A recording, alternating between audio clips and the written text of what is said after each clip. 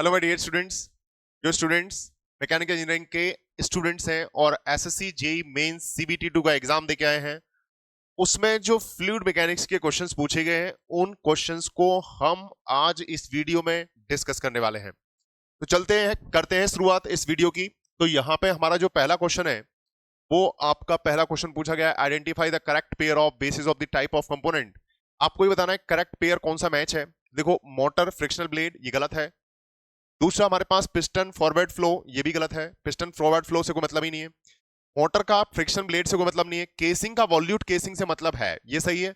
और venturimeter volume fan, ये गलत है। वेंचुरीमीटर के तीन पार्ट होते हैं, एक होता है कन्वर्जिंग कोन, एक होता है थ्रॉट और एक होता है डाइवर्जिंग कोन। तो यहां पे हमारे पास ये भी गलत है। बट ये जो वॉल्यूट केसिंग होती है या स्पाइरल केसिंग भी कह सकते हैं, जो स्पाइरल केसिंग होती है इसका मतलब होता है एरिया जो है वो आपका क्या रहेगा, रिड्यूस करेगा। एरिया जो है वो आपका रिड्यूस करता है और वेलोसिटी को हम कांस्टेंट रखते हैं और हम इस प्रकार की केसिंग को हम वॉल्यूट केसिंग कहते हैं। ठीक, तो एरिया कम हो रहा है और वेलोसिटी को हम क्या रख रहे हैं, कांस्टेंट। तो ऐसी केसिंग को हम बोलते हैं वॉल्यूट केसिंग। और ये टरबाइंस में करते हैं अपन। किस में करते हैं? टरबाइंस, यानी कि हमारी जो फ्रांसिस टरबाइन है, एक एग्जांपल दे दिया मैंने, this is the Francis turbine में हम ऐसा करते हैं। ठीक, अब क्वेश्चन नंबर 2 देखिएगा, इसका आंसर क्या हो जाएगा। This the answer becomes the C option is correct. तो इसका आंसर होगा सी नंबर। क्वेश्चन नंबर 2 की तरफ चलते हैं। विच of the following option is not true about the viscosity. इनमें से कौन सा ऑप्शन जो है वो विस्कोसिटी के रिगार्डिंग करेक्ट नहीं है। अगर आप इसमें देखें तो करेक्ट नहीं है। देखिए, जो विस्कोसिटी है वो आपका होता है जो फ्लूइड की लेयर्स हैं उनके बीच में जो फ्रिक्शन है वो विस्कोसिटी है। ठीक है। It is defined as the fluid resistance of deformation at a given flow, ये भी सही है। बट ये सही सही तो है स्टेटमेंट, लेकिन नॉट ट्रू पूछा है, इसलिए ये गलत हो सकते हैं दोनों स्टेटमेंट। मतलब ये दोनों आंसर गलत हैं। आंसर गलत है, स्टेटमेंट सही है। बट हमारे पास ये वाला जो है वो हमारा फिर गलत है। What's the reason? क्योंकि देखो, इसमें इसमें जो है वो गलत क्यों है, इसका रीजन क्या है, ये स्टेटमेंट गलत क्यों है, इसका रीजन है it is the same as specific gravity. देखो, ये स्टेटमेंट गलत लिखा हुआ है। स्टेटमेंट गलत क्यों है? क्योंकि स्पेसिफिक ग्रेविटी एक अलग टर्म है और विस्कोसिटी एक अलग टर्म है, मतलब दोनों अलग अलग फंडामेंटल प्रॉपर्टी हैं। तो हम यहां पे कह सकते हैं कि जो स्पेसिफिक ग्रेविटी होता है वो हमारा विस्कोसिटी के सेम नहीं होता है। तो ये करेक्ट ऑप्शन है, क्योंकि नॉट ट्रू पूछा है। और ये इसलिए गलत है क्योंकि विस्कोसिटी का यूनिट जो है वो न्यूटन सेकंड पर मीटर स्क्वायर होता है। बिल्कुल सही है, लेकिन ये जो नॉट ट्रू पूछा है इसकी वजह से ये आंसर जो है वो गलत हो जाएगा। तो आंसर क्या होगा इसका? सी नंबर करेक्ट आंसर होगा। और इसका यूनिट जो है वो म्यू का यूनिट होता है ना, वो आपका न्यूटन सेकंड पर मीटर स्क्वायर या पास्कल सेकंड या आपका पॉइस भी हो सकता है, या आपका डाइन सेकंड पर सेंटीमीटर स्क्वायर भी होता है। राइट, डाइन सेकंड पर सेंटीमीटर स्क्वायर भी होता है। ये सारी यूनिट जो है वो विस्कोसिटी की होती हैं। तो आपका आंसर इसमें क्या होगा? सी नंबर करेक्ट होगा, क्योंकि नॉट ट्रू पूछा था। ठीक, नेक्स्ट नंबर, तीसरा क्वेश्चन है, an oil of specific gravity 0.9, an oil of specific gravity 0.9 is flowing, और द डायमीटर दे रखा है, diameter 0.1, under pressure of 100 kilo pascal, center line of the pipe is 5 meter below, 5 meter above the datum line, and the total energy within the respect to the fluid is 0.04 kilojoule per newton। ये important है यहाँ पे line. देखो, ये unit जो है वो आपकी 0.04 किलोजूल, किलोजूल का मतलब 10 to the power 3 और जूल का मतलब होता है न्यूटन मीटर और divide by newton, then this cancel out. तो ये हमारा जो यूनिट आएगा वो मीटर में आएगा। अब आपको ऐसी यूनिट आपको रखनी है यहाँ पे कि वो यूनिट जो है वो मीटर बन जाए। तो बर्नौली इक्वेशन की टोटल एनर्जी क्या होती है बर्नौली इक्वेशन के अकॉर्डिंग? तो total energy is equal to होता है P by rho g, V square by 2G और प्लस का क्या, Z। ठीक, टोटल एनर्जी की वैल्यू कितनी दे रखी है? तो यहां पे 0.04 10 की पावर 3, और प्रेशर दे रखा है 100 किलो पास्कल यानी कि 10 to the power 3, और रो की वैल्यू 900 है क्योंकि यहां पे आपको 0.9 दे रखा है, और जी की वैल्यू 9.81 है। Velocity v square by 2g है। अब 2g की वैल्यू को 9.81 रख सकते हैं, और z जो है वो 5 मीटर है। आपसे पूछा है कि व्हाट इज द डिस्चार्ज, आपको क्या पूछा है, डिस्चार्ज कितना होगा, जबकि लीटर पर सेकंड में निकालना है, ये ध्यान रखना है, लीटर पर सेकंड में। तो यहां से हम बड़े आसानी से वेलोसिटी की वैल्यू निकाल सकते हैं मीटर पर सेकंड में। यहां से वेलोसिटी की वैल्यू आ जाएगी मीटर पर सेकंड में, कितनी आएगी? तो ये वैल्यू जो आती है वो आपकी आ जाएगी 21.55 इज अप्रोक्सीमेटली 21.55 मीटर पर सेकेंड। आपको डिस्चार्ज चाहिए, तो डिस्चार्ज इज इक्वल टू क्या होता है, एरिया इंटू वेलोसिटी। एरिया क्या होगा, पाई/4 इंटू डी स्क्वायर। देखो पाई/4 इंटू डी स्क्वायर, डायमीटर दे रखा है 0.1, 0.1 का स्क्वायर इंटू वेलोसिटी 21.55। ये आपका वैल्यू आएगा मीटर क्यूब पर सेकंड में। आपको लीटर पर सेकंड में चेंज करने के लिए 1000 से मल्टीप्लाई करना होगा। 1 मीटर क्यूब पर सेकंड में 1000 लीटर पर सेकंड हो जाएंगे, तो यहां से हम वैल्यू को निकाल सकते हैं कि क्यू बराबर आ जाएगा, दिस इज अप्रोक्सीमेटली 170 लीटर पर सेकंड। कितना आ जाएगा, 170 लीटर पर सेकंड, 170 लीटर पर second is your correct answer. ठीक है, आसान क्वेश्चन था, लेकिन ये एक न्यूमेरिकल था जिसमें थोड़ी सी कैलकुलेशन थी, बाकी बहुत ही आसान क्वेश्चन आए थे पेपर में। तो नेक्स्ट क्वेश्चन के बारे में बात करेंगे, तो नेक्स्ट क्वेश्चन हमारे पास वो है, according to the Darcy Weisbach equation the flow through pipe the head lost due to friction inversely proportional to. Inversely proportional to क्या होगा, तो यहां पे आपको यहां पे लिखना होगा कि HF की वैल्यू जो होती है डार्सी-वेईसबाक इक्वेशन के अकॉर्डिंग वो होती है FL_V²/2GD या 4FL_V²/2GD। तो यहां पे आपको पूछा है कि वेट ऑफ द पाइप होगा, गलत है, inversely proportional weight of the pipe नहीं है। डायमीटर ऑफ द पाइप होगा, ये सही है। मटेरियल ऑफ द पाइप होगा, ये गलत है। कलर ऑफ द पाइप होगा, ये भी गलत है। तो what's answer is diameter of the pipe, तो इसका आंसर हो जाएगा diameter of the pipe. Next number point के बारे में बात करें तो ये पूछा है, कितना आसान क्वेश्चन है। आर्किमिडीज प्रिंसिपल जो है वो क्या डिस्कस करता है। आर्किमिडीज प्रिंसिपल जो है वो बायोन्सी से रिलेटेड है। किससे रिलेटेड है, बायोन्सी।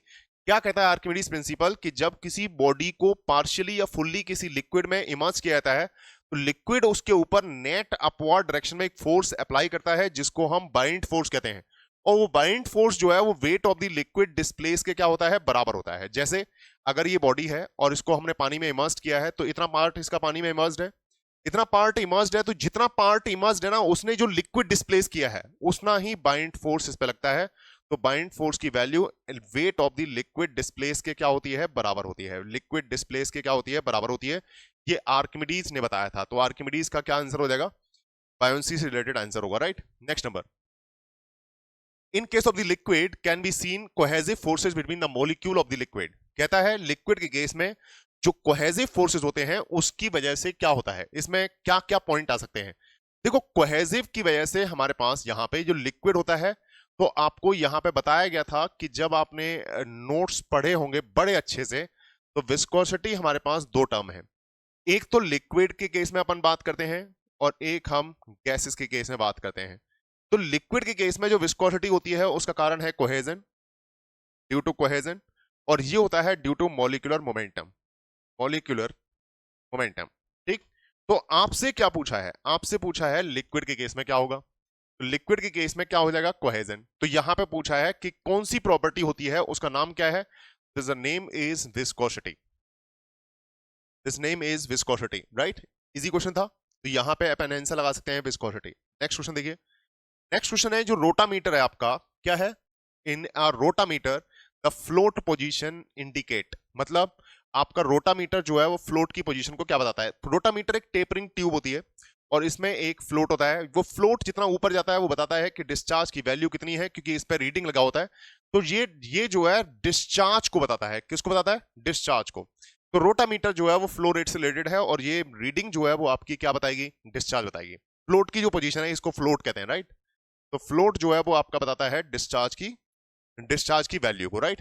नेक्स्ट नंबर क्वेश्चन आता है कि अगर हमारा यहाँ पे पावर वर्सेस डिस्चार्ज के बीच में ग्राफ देखें, तो आपको यहां पे सेंट्रीफ्यूगल पंप के रिगार्डिंग पूछा है, सेंट्रीफ्यूगल पंप के रिगार्डिंग आपको पूछा है। तो आपको ये ए कर्व दे रखा है, ये बी दे रखा है और ये सी दे रखा है, ठीक। अब इसमें ए कर्व जो है वो आपने पढ़ा था कि ये ए कर्व जो है वो फॉरवर्ड ब्लेड का है, this is forward vanes, forward vanes, this is the radial vanes, B number radial vanes, radial vanes, और जो सी नंबर है ये आपका बैकवर्ड वेन्स, बैकवर्ड वेन्स। तो आपका आंसर क्या होगा, आपका आंसर इसमें ये होगा कि अगर हम यहां पे देखें तो आपका आंसर हो जाएगा इसमें कि अगर हम कर्व बी को देख रहे हैं, देखना ए ऑप्शन देखिएगा, ये ए नंबर है, ये बी नंबर है और ये सी नंबर है। घुमाने के लिए देखिए क्या है, ए नंबर का जो हमारा मैच करेगा वो किसके साथ मैच कर रहा है, ए नंबर जो है उसका किसके साथ मैच करेगा, कर्व बी दे रखा है, तो कर्व बी में कौन सा ब्लेड है, कर्व बी में कौन सा ब्लेड है, रेडियल, तो ए का होगा 3 नंबर।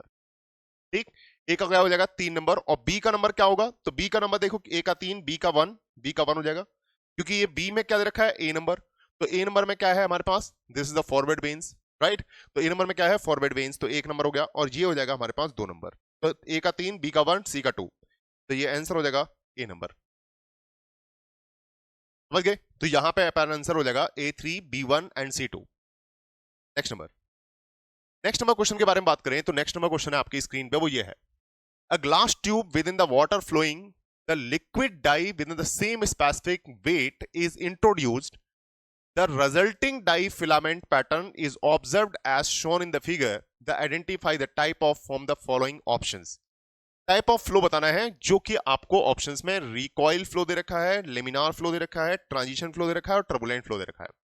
देखो ये अगर लेमिनार फ्लो होता, अगर ये फ्लो लेमिनार होता तो सारी लेयर एक ही होती, यहां एक ही लेयर जो है वो, अगर एक लेयर है हमारे पास, जैसे आपने जो हमारा प्रॉपर रेनॉल्ड एक्सपेरिमेंट था, रेनॉल्ड एक्सपेरिमेंट आपने देखा होगा, रेनॉल्ड एक्सपेरिमेंट आपने किया भी होगा शायद, तो रेनॉल्ड एक्सपेरिमेंट जो था उसमें ये डायग्राम बनाया गया था, और ये जो डायग्राम था अगर एक लेयर एक ही में मूव कर रही है तो ये हमारा हो जाता था लेमिनार फ्लो, और ये अगर थोड़ा सा इसमें डिस्टरबेंस आना स्टार्ट हो गया है तो वो हमारा पास कैसा होता था, टर्बुलेंट फ्लो। तो जब फिलामेंट आप लगा दोगे तो ये हमारे पास क्या हो जाएगा, this is the turbulent flow. ये टर्बुलेंट फ्लो का आंसर है, इसका आंसर क्या होगा, टर्बुलेंट फ्लो, तो इसका आंसर क्या हो जाएगा, turbulent flow is your correct option. ये आपको देखिए, ये अगर ये आपको ऐसा लगता है कि लेमिनार फ्लो है, बहुत सारे बुक्स में या बच्चों ने इसमें लेमिनार फ्लो आंसर लगाया है, लेकिन इसका आंसर होगा correct turbulent flow. What's reason, इसका टर्बुलेंट फ्लो क्यों रीजन है, क्योंकि आपका यहाँ पे एक फिलामेंट आप रखोगे तो डेफिनेटली वो डिस्टरबेंस तो पैदा करेगा, और डिस्टरबेंस करेगा तो लेयर्स जो है वो मिक्स होना स्टार्ट होंगे, उसको हम टर्बुलेंट फ्लो कहते हैं। ये आपको बिल्कुल डायरेक्ट क्वेश्चन आया है आपका आर के राजपूत से, तो आर के राजपूत जो बुक आती है उससे आप देख सकते हैं, उसमें डायग्राम आपको मिल जाएगा। ठीक, नेक्स्ट नंबर क्वेश्चन देखिए, नेक्स्ट नंबर क्वेश्चन है आपके पास, वो है barometric pressure is also known as, barometer pressure को हम किस नाम से जानते हैं, तो डेफिनेटली एटमॉस्फेरिक प्रेशर, ये तो सिंपल सा क्वेश्चन था। Volumetric pressure, fluid pressure, density, ये कुछ होता नहीं है। एटमॉस्फेरिक प्रेशर को हम मेजर करते हैं बैरोमीटर से, तो बैरोमीटर से हम जो मेजर करते हैं तो बैरोमीटर का जो प्रेशर होता है वो क्या होता है, एटमॉस्फेरिक प्रेशर, और ज्यादा अच्छा आंसर दे रहा है तो लोकल एटमॉस्फेरिक प्रेशर भी बोल सकते हैं। ठीक है, नेक्स्ट क्वेश्चन देखिए, नेक्स्ट क्वेश्चन है आपके पास कि identify the correct type of flow in the figure. देखो इस फिगर में आप देख पाए तो आपको दिख रहा होगा कि लेयर्स जो है वो मिक्स हो रही हैं, लेयर्स जो है वो क्या हो रही हैं, मिक्स हो रही हैं, तो ये फ्लो जो है वो आपका क्या हो जाएगा, मिक्स होना क्या होता है, टर्बुलेंट, तो आपका आंसर हो जाएगा इसमें टर्बुलेंट फ्लो। ये तो आसान सा क्वेश्चन था, टर्बुलेंट फ्लो। लेकिन अगर किसी ने इसमें ट्रांजिएंट लगाया है, देखो कंट्रोवर्सी क्वेश्चन हो सकता है, क्योंकि इसमें एक लेयर, दो लेयर और तीन लेयर, ये तो मिक्स ही नहीं कर रही, तो ये जो लेयर्स हैं ये तो मिक्स कर रही हैं, ये तो फ्लो टर्बुलेंट है, लेकिन इसमें लेयर्स मिक्स नहीं कर रही, तो हो सकता है कि इसका आंसर किसी ने ट्रांजिएंट भी लगा दिया हो, लेकिन इसका करेक्ट आंसर जो है वो आपका हो जाएगा टर्बुलेंट, क्योंकि इसमें लेयर्स मिक्स तो कर रही हैं। ठीक है, तो यहां पे आंसर क्या होगा, टर्बुलेंट। नेक्स्ट हमारा क्वेश्चन है कि वेलोसिटी पोटेंशियल फंक्शन जो होते हैं, वेलोसिटी पोटेंशियल फंक्शन और जो स्ट्रीम फंक्शन होते हैं, ये दोनों ही स्केलर फंक्शंस हैं। स्केलर फंक्शन मतलब फाई और जो साई होता है, ये दोनों ही कैसे फंक्शंस हैं, स्केलर फंक्शन है, तो स्केलर फंक्शन मतलब क्या हो जाएगा, this is the answer becomes the, D option is correct. तो ये फाई जो है वो साई जो है वो दोनों ही कैसे फंक्शंस हैं, स्केलर फंक्शंस हैं, तो आप इसमें लगा सकते हैं स्केलर क्वांटिटी। ठीक है, next number, identify the correct statement which with reference to the definition of the coefficient of discharge। देखो coefficient of discharge होता है ये actual discharge divide by theoretical discharge होता है, इसका रेशियो होता है, इसको हम बोलते हैं क्या, CD। और अगर CD हमारे पास देखें तो Q actual by Q theoretical है, तो ये हो जाएगा रेशियो ऑफ एक्चुअल डिस्चार्ज, कहां लिखा है, ratio of actual discharge to theoretical discharge, तो is the answer becomes the D option, ratio of actual discharge to theoretical discharge. ठीक, next number question, next number question आपकी screen पे जो पूछा गया है वो ये है, which of the following turbine is correctly paired with its type. आपको पेयर करना है कि कौन सा टर्बाइन जो है वो आपका करेक्टली मैच्ड है। Radial flow turbine Kaplan turbine है क्या, नहीं, ये गलत है। रेडियल फ्लो टर्बाइन जो होता है ये आपका होता है ओल्ड फ्रांसिस, कौन सा होता है, ओल्ड फ्रांसिस टर्बाइन, तो इसका आंसर होना चाहिए था ओल्ड फ्रांसिस, लेकिन दे रखा है कैप्लान, तो ये गलत हो गया। रिएक्शन टरबाइन जो होते हैं, रिएक्शन टरबाइन जो होते हैं वो होते हैं आपके Francis, Francis, Kaplan, Kaplan and propeller, Kaplan and propeller. तो ये भी गलत हो गया, प्रोपेलर। ठीक, तो यहां पे हमारा आंसर जो होगा वो रिएक्शन टरबाइन में आप यहां पे करेंगे तो ये रिएक्शन टरबाइन पेल्टन टरबाइन है क्या, ये भी गलत है। इनवार्ड फ्लो टरबाइन, फोरिनोन टरबाइन, देखो इनवार्ड फ्लो फोरिनोन नहीं होता है, ये जो टरबाइन होती है वो आउटवार्ड फ्लो होती है, आउटवार्ड फ्लो, आउटवार्ड फ्लो। लेकिन इसमें दे रखा है इनवार्ड फ्लो है, ये गलत है। आपसे पहले मिक्स फ्लो टरबाइन, ये जो टरबाइन है ये होता है आपका फ्रांसिस टरबाइन, ये करेक्ट है। तो इसका आंसर हो जाएगा डी नंबर, फ्रांसिस टरबाइन या मॉडर्न फ्रांसिस टरबाइन कह सकते हैं। आजकल हम मॉडर्न फ्रांसिस टरबाइन ही यूज करते हैं। तो फ्रांसिस टरबाइन भी लिखा हुआ है तो कॉमन टर्म है कि मॉडर्न फ्रांसिस ही होगा, राइट। तो आपको यहां पे आंसर रखना है कि आंसर हो जाएगा इसका D number. Next number, the loss of head, next question है आपके पास, loss of head occurring due to the bend of pipe. देखो बैंड के कारण लॉस पूछा है तो आपके पास ये जो है माइनर लॉस की कैटेगरी में आता है। देखो माइनर लॉसेस जो होते हैं, माइनर लॉसेस और मेजर लॉसेस, मैं अगर मेजर लॉसेस के बारे में बात करूं, मेजर लॉसेस और माइनर लॉसेस, माइनर लॉसेस, अगर मैं दोनों कैटेगरी के बारे में बात करूं तो मेजर लॉसेस जो होते हैं वो फ्रिक्शन की वजह से होते हैं, फ्रिक्शन। ठीक, और जो माइनर लॉसेस होते हैं उसमें कई सारे काम है, sudden expansion, sudden expansion, sudden contraction, sudden contraction of pipe, sudden contraction of pipe, bending of pipe, bending of pipe, inlet of pipe, inlet, outlet and obstruction, obstruction of pipe, some obstruction of pipe. तो ये सारे के सारे जो है वो minor losses होते हैं। तो माइनर लॉसेस जो है वो बेंडिंग के कारण जो लॉस होता है वो कौन सा होगा, माइनर लॉसेस। ठीक है, नेक्स्ट क्वेश्चन देखिए, बर्नौली इक्वेशन जो है वो हम कहां लगा सकते हैं। देखो बर्नौली इक्वेशन जो है वो हमारा जो होता है, बर्नौली इक्वेशन के प्रिंसिपल आपको पढ़ाए गए थे इन केस ऑफ दी, आपके नोट्स में आप देख सकते हैं आराम से। वेंचुरी मीटर में हो सकता है, वेंचुरी मीटर, ऑरिफिस मीटर में हो सकता है, पिटॉट ट्यूब में हो सकता है, pitot tube, pitot tube, pitot tube. But आपके पास टेकोमीटर आंसर है, टेकोमीटर नहीं है, क्यों, क्योंकि टेकोमीटर तो आरपीएम नापता है, साइन बार जो है वो एंगल नापता है, राइट। ऑरिफिस मीटर डिस्चार्ज नापता है, लेकिन इसमें वेंचुरी मीटर में अपन यूज करते हैं, ये जो ऑरिफिस मीटर है इसमें बर्नौली इक्वेशन अपन यूज करते हैं। और जो मैनोमीटर है इससे हम प्रेशर मेजर करते हैं, तो इसमें बर्नौली इक्वेशन तो लगता नहीं है। इसमें बर्नौली इक्वेशन जो लगता है वो केवल ऑरिफिस मीटर है। तो इसका आंसर हो जाएगा orifice meter is correct answer, orifice meter is correct answer. Next question, for which of the following instrument given below the coefficient of discharge is minimum. देखो कोफिशिएंट ऑफ डिस्चार्ज जो है वो सबसे मिनिमम क्या है, ये तो मैकेनिकल गेज है। कौन सा गेज है ये, मैकेनिकल गेज, पिरानी गेज। तो ये आपने पढ़ा होगा, पिरानी गेज है। अब ये पिरानी गेज है, वेंचुरी मीटर का जो सीडी होता है वो अप्रोक्सीमेटली 0.95 से 0.98 के आसपास रहता है अप्रोक्सीमेटली। और जो हमारा ऑरिफिस मीटर है इसका जो सीडी होता है this is approximately varies from 0.61 से या 0.60 से 0.65 तक जाता है अप्रोक्सीमेटली, राइट। और जो हमारा नोजल मीटर है इसका जो सीडी होता है वो अप्रोक्सीमेटली 0.93 से 0.97 के आसपास रहता है। लेकिन एवरेज वैल्यू आप देखेंगे तो वेंचुरी मीटर के जो वैल्यू है वो हमारे पास सबसे ज्यादा होती है, और इफिस मीटर की सबसे कम होती है। तो सबसे कम पूछिए कि सबसे ज्यादा पूछिए, सबसे ज्यादा होगा तो वेंचुरी मीटर आंसर है, और सबसे कम होगा तो ऑरिफिस मीटर आंसर है। तो इसका आंसर हो जाएगा ऑरिफिस मीटर। मिनिमम क्या होगा, ऑरिफिस मीटर। तो इसका मिनिमम आंसर जो है वो क्या हो जाएगा, ऑरिफिस मीटर। ठीक, नेक्स्ट नंबर, यहां पे पूछा है कि also known as the principle of transmission of the fluid pressure. Fluid के प्रेशर को हम किस प्रिंसिपल से ट्रांसफर कर सकते हैं, तो उसका आंसर है पास्कल्स लॉ। आपने देखा होगा कि ये जो ट्रांसमिशन ऑफ प्रेशर है ये इसका एप्लीकेशन होता था हाइड्रोलिक जैक में, हाइड्रोलिक जैक में। आपको याद हो शायद हाइड्रोलिक जैक पढ़ते थे बहन, तो हाइड्रोलिक जैक से हम जो है पास्कल्स लॉ का एप्लीकेशन है हाइड्रोलिक जैक, उसमें हम प्रेशर के ट्रांसमिशन को पढ़ते हैं। यहाँ पे न्यूटन्स लॉ नहीं हो सकता है, न्यूटन्स लॉ हमारा विस्कोसिटी में आता है, आर्किमिडीज प्रिंसिपल जो है बायोंसी में आता है, और बायोंसी लॉ जो है वो आर्किमिडीज प्रिंसिपल ही है। ठीक है, तो यहाँ पे हमारा आंसर क्या हो जाएगा, Pascal's law is the correct answer. Next number, देखो calculate the depth of centre of pressure from the following body of submerged in water. आपको ये पूछा है कि इनमें से कौन सी कंडीशन में जो आपका यहां पे फ्लो है, देखो यहां पे वाटर जो है वो क्या है, रुका हुआ है। अब ये गेट आपने ऐसे लगा रखा है तो एंगल जो है वो 90 डिग्री है, आपको एंगल 90 डिग्री दिखना चाहिए। देखो ये जो पॉइंट है वो ऐसे है, तो यहां पे आप देखोगे तो एंगल जो है वो जो जो आपका एंगल बन रहा है वो हमारा फ्री सरफेस के साथ कितना है, 90 डिग्री।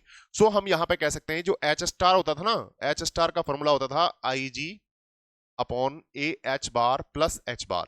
ठीक, अगर मैं IG की वैल्यू देखूं तो IG क्या है, moment of inertia about the CG, CG के अबाउट में मोमेंट ऑफ इनर्शिया कितना होगा, तो BH क्यू बटे 36 डिवाइड बाय एरिया हो जाएगा B इंटू एच और 1/2 बेस इंटू हाइट, और इंटू में एच बार जो होगा वो इन दोनों के बीच का डिस्टेंस होता है। फ्री सरफेस से G कितना दूर है, इसके बीच का gap, vertical gap is called the H bar, और एच बार की वैल्यू हो जाएगी h/3 और प्लस का h/3। जब आप इसको सॉल्व करते हैं तो आपको बड़े आसानी से दिखेगा कि b से b कट गया, h स्क्वायर से ये वाली पावर कट गई, और जो 6 है इससे 36 6 बार कट गया, तो ये आ गया h/6 प्लस h/3।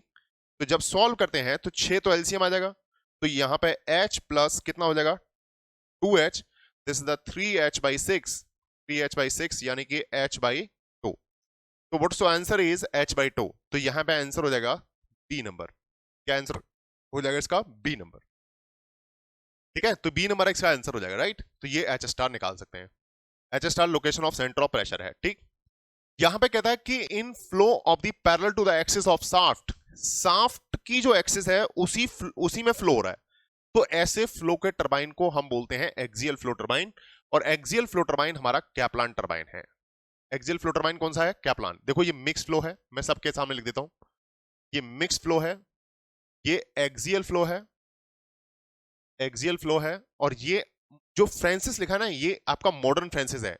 तो मॉडर्न फ्रांसिस जो है वो आपका यहां पे जो है ओल्ड फ्रांसिस हो जाएगा रेडियल फ्लो, यहां पे हो जाएगा रेडियल फ्लो, और ये जो मॉडर्न फ्रांसिस है ये हो जाएगा मिक्स फ्लो, यहां पे मिक्स फ्लो होगा, मिक्स फ्लो। ठीक, और पेल्टन जो है वो टेंजेंशियल फ्लो,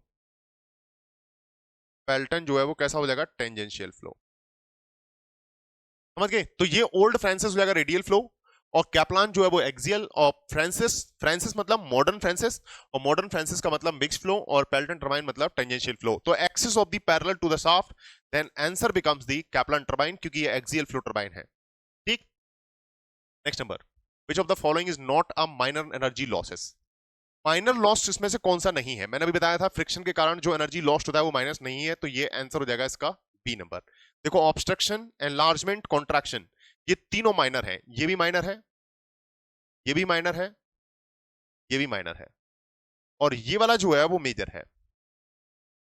तो इसका आंसर पूछा है कि कौन सा माइनर नहीं है, तो आंसर हो इसका आंसर हो जाएगा इसका बी नंबर।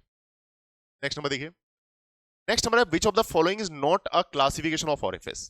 देखिए ऑरिफिस जो होते हैं वो आपको पता होगा कि एक टैंक है, और इस टैंक में एक ओपनिंग प्रोवाइड करते हैं। इस ओपनिंग का ये कंडीशन याद रखना है, ओपनिंग का जो टॉप एज होता है, ओपनिंग का जो टॉप एज है और फ्री सरफेस है, तो फ्री सरफेस तो होता है कहां, ऊपर, और जो टॉप एज है इस ओपनिंग का वो होगा नीचे, तो इसको हम बोलते हैं ओरिफिस। अब ओरिफिस में हमारे पास कई सारे टाइप के ओरिफिस आते हैं, जैसे ये फ्री ओरिफिस है, इसमें से पानी बाहर निकल रहा है, तो ये हमारा एटमॉस्फेयर में खुला हुआ जा रहा है, तो इसको फ्री ओरिफिस कहते हैं। दूसरा हमारे पास आता है कि अगर हमारा ओरिफिस कुछ इस प्रकार से है, जैसे मान लो ये टैंक है दो, और इसमें हमने हमने जो है यहाँ पे ओरिफिस कनेक्ट कर दिया है। अब ये जो ओरिफिस है इस टैंक से पानी इस टैंक में जा रहा है, लेकिन इस टैंक का जो ओरिफिस है, ये जो ओरिफिस लगा हुआ है, इसका लेवल इस वाले टैंक से हमारे पास कहाँ है, नीचे है, तो हम इसको कहेंगे सबमर्ज्ड ओरिफिस। अगर हमारा पार्शियली सबमर्ज्ड ओरिफिस हो सकता है, जैसे हमने बनाया कि यहाँ पे पानी है और ये पानी का लेवल दूसरे वाले टैंक में केवल इतना ही है, तो कुछ पार्ट तो इसका पानी में है लेकिन कुछ पार्ट खुला हुआ है, तो हम इसको कहेंगे पार्शियली सबमर्ज्ड ओरिफिस। ठीक, तो फ्री डिस्चार्ज ओरिफिस होता है, ड्रॉन्ड ओरिफिस होता है, सबमर्ज्ड ओरिफिस होता है, और सबमर्ज्ड ओरिफिस भी होता है। तो तीनों ओरिफिस हमारे पास यूज होते हैं। यहां पे सबमर्ज्ड ओरिफिस भी हो सकता है, ड्रॉन्ड ओरिफिस भी हो सकता है, या फ्री डिस्चार्ज ओरिफिस भी हो सकता है, लेकिन ब्लॉक्ड ओरिफिस नहीं हो सकता है। तो इसमें नॉट पूछा है, इसलिए हमारा आंसर हो जाएगा इसका सी नंबर। ब्लॉक्ड ओरिफिस तो कुछ होता ही नहीं है, right. Next number, next number question है calculate the depth of centre of pressure. फिर सेंटर ऑफ प्रेशर क्वेश्चन है। देखो सेंटर ऑफ प्रेशर का क्वेश्चन जैसे ही आता है तो आपको ध्यान रखना है, यहां पे ये जो फ्लूइड है इस साइड पानी है, ये ऐसे है, मेरा हाथ जो है वो ऐसे गोल है, राइट, ऐसे है, तो ये जो है पानी को होल्ड कर रखा है, तो ये एंगल जो होगा वो कितना बनेगा, 90 डिग्री। सो हम यहां पे कह सकते हैं this is the H star is equal to, H star is equal to I G upon A H bar, और प्लस का क्या, एच बार। तो आई जी की वैल्यू कितनी है, आई जी की वैल्यू है पाई डी की पावर 4, पाई डी की पावर 4 अपॉन में 64, और एरिया है इसका पाई बाई 4 इंटू में डी स्क्वायर, और इंटू में एच बार कितना हो जाएगा, डी बाई 2, और प्लस का कितना, डी बाई 2। ठीक है, अब इसको सॉल्व करेंगे आप, तो पाई से पाई कैंसिल आउट हो जाएगा, पाई से पाई क्या हो जाएगा, कैंसिल आउट हो जाएगा, बिल्कुल सही बात है सर। और डी से, यहां से डी से इसका पावर जो है वो कैंसिल आउट हो जाएगा, 3 पावर, और यहां से आप देखोगे तो ये 3 पावर कैंसिल आउट हो गई, और यहां से 8 से ये 8 बार कैंसिल आउट हो जाएगा। तो यहां कितना बचा, डी बाई कितना, 8, और प्लस का डी बाई 2। तो 8 एलसीएम आ जाएगा, 8 एलसीएम आया तो यहां पे आ जाएगा this D and this D, और ये हो जाएगा हमारे पास 4 plus 4 D, this 5d by 8, 5d by 8 is the value of H star, right. तो 5d by 8 is the correct option, C number correct answer आ जाएगा, 5d बाई 8। ठीक है, नेक्स्ट क्वेश्चन के बारे में बात करें अपन। देखो नेक्स्ट क्वेश्चन है, which of the following is not a assumption of Euler's equation. देखो यूलर्स इक्वेशन का कौन सा अजम्पशन नहीं है, velocity of flow varies across the cross section, velocity of flow across the cross section, ये कभी assumption नहीं लिया है अपन ने। अब आपसे पूछता है फ्रिक्शनल लॉसेज आर जीरो, बिल्कुल सही बात है, नॉन विस्कस हो गया ये, non viscous, non viscous. Next fluid is non viscous, ये भी सही है, बट हमको यहां पे ये पूछा है कि आप ये बताइए कि इनमें से अजम्पशन नहीं है, लेकिन अजम्पशन हमको यहां पे बताना है, और frictional A fluid is incompressible. तो यहां पे आंसर जो होगा नॉट पूछा है, तो आपका अजम्पशन होता क्या था, तो यहां पे हम दो फोर्स लेते हैं, एक प्रेशर फोर्स और एक लेते हैं अपन ग्रेविटी फोर्स। तो एक प्रेशर फोर्स लेते हैं और एक हम लेते हैं ग्रेविटी फोर्स। तो हमारा जो आंसर होगा इसमें वो क्या हो जाएगा, this is the friction losses are zero, ये तो गलत है। और यहां पे आपको पूछा है नॉट करेक्ट, नॉट करेक्ट का आंसर होगा इसका, this is the answer becomes the A option is correct. तो मैं यहां पे लगा देता हूं answer, this is the answer becomes the A number option हो जाएगा, राइट, क्योंकि 3 तो करेक्ट है, एक इनकरेक्ट है। ठीक है, नेक्स्ट नंबर, फिर क्वेश्चन आ गया सेंटर ऑफ प्रेशर का, तो सेंटर ऑफ प्रेशर फिर निकालना है। सेंटर ऑफ प्रेशर का फॉर्मूला फिर मैं बताता हूं, आई G upon A H bar, और प्लस का क्या, एच बार। आप यहां पे मेरे नोट्स देखेंगे तो मैंने तीनों क्वेश्चन जो सेंटर ऑफ प्रेशर के इसमें पूछे गए, उन नोट्स में एक ही क्वेश्चन में 4 क्वेश्चन मैंने करा रखे हैं मैच दी फॉलोइंग में, उसमें 3 क्वेश्चन तो एज इट इज मैच कर गए, एकदम एज इट इज। तो यहां पे आईजी का जो वैल्यू है वो कितना होगा, बी एच क्यू बटे 36, बी एच क्यू बटे 12, बी एच क्यू बटे कितना 12, और एरिया जो होगा वो बी इंटू कितना हो जाएगा एच, और एच बार होगा एच बाई 2, दोनों के बीच का गैप, तो एच बार हो जाएगा जी से फ्री सरफेस तक, और ये प्लस का एच बाई 2। जब आप सॉल्व करेंगे तो बी से B cancel out, H square से ये वाली वैल्यू कैंसिल आउट, और ये इससे 6 बार कैंसिल आउट हो जाएगा, तो H by 6 plus H by 2, H by 2 ये हो जाएगा 2h बाई 3, कितना हो जाएगा 2h by 3 is the correct option is a.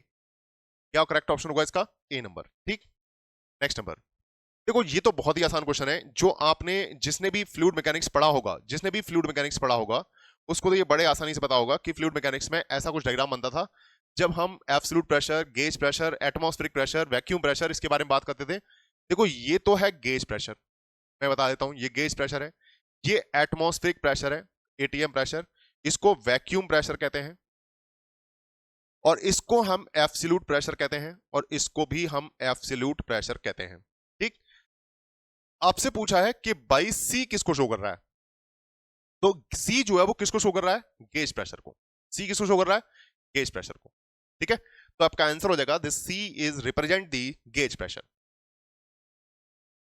Next number, देखो इसका इसका और आप जो डिटेल एनालिसिस चाहें तो यहां पे ये लिख सकते हैं कि सर पी एब्सोल्यूट जो होता है ना वो P ATM plus P gauge होता है, P ATM plus P gauge. और अगर अपन P ATM plus P gauge कैसा है, एटीएम यहां से यहां तक की वैल्यू है और गेज ये वाली वैल्यू है, तो एटीएम में गेज जोड़ दोगे तो ये वाला एब्सोल्यूट प्रेशर मिल जाएगा। ठीक है ना, तो ये आपने बड़े आसानी से पढ़ा था।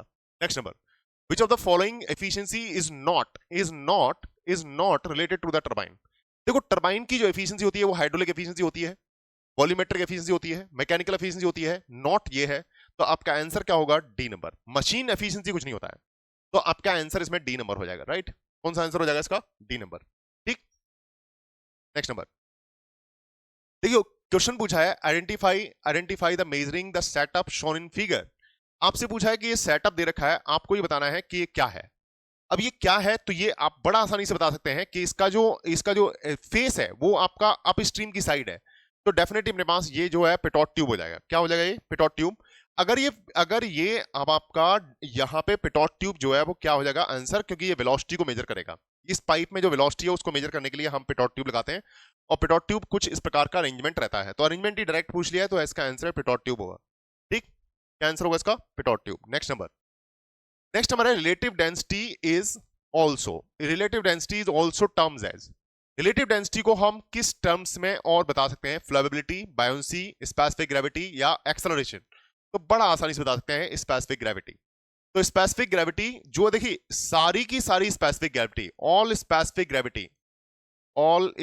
Gravity are relative density. जितनी भी स्पेसिफिक ग्रेविटी होती हैं वो सारी रिलेटिव डेंसिटी हैं। क्यों? क्योंकि specific gravity is equal to density by density of standard fluid है। तो ये हमारा जो स्पेसिफिक ग्रेविटी है वो दो डेंसिटी का रेशियो है, तो हम कह सकते हैं कि ये क्या है? एक रिलेटिव डेंसिटी है। तो स्पेसिफिक ग्रेविटी की सारी वैल्यूज जो है वो रिलेटिव डेंसिटी होती हैं, लेकिन सारी रिलेटिव डेंसिटी स्पेसिफिक ग्रेविटी होंगी ये जरूरी नहीं है।